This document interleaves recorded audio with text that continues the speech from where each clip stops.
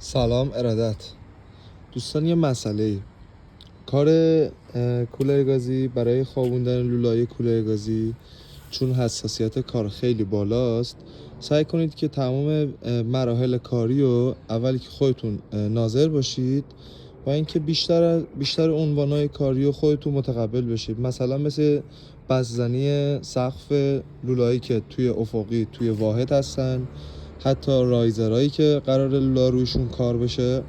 مثلا اگه نگاه کنید اینجا ما توی اون بلوک کار کردیم، رایزرهایی که دقت کنید مسیر لوله‌هامون رو مشخص میکنن، هم روی لوله ها باکس شده رایزر و هم پشتش روی دیوار. و اینکه خودتون که ناظر باشید دیگه، خیالتون از بابت اینکه حالا پیمونکار دیگه خدای نکرده بیاد ضربه‌ای یا بدون اطلاعاتی کار بکنه، خدای نکرده بعدها متوجه این مشکل بشید، دیگه نیستش. ارادت، مخلصی.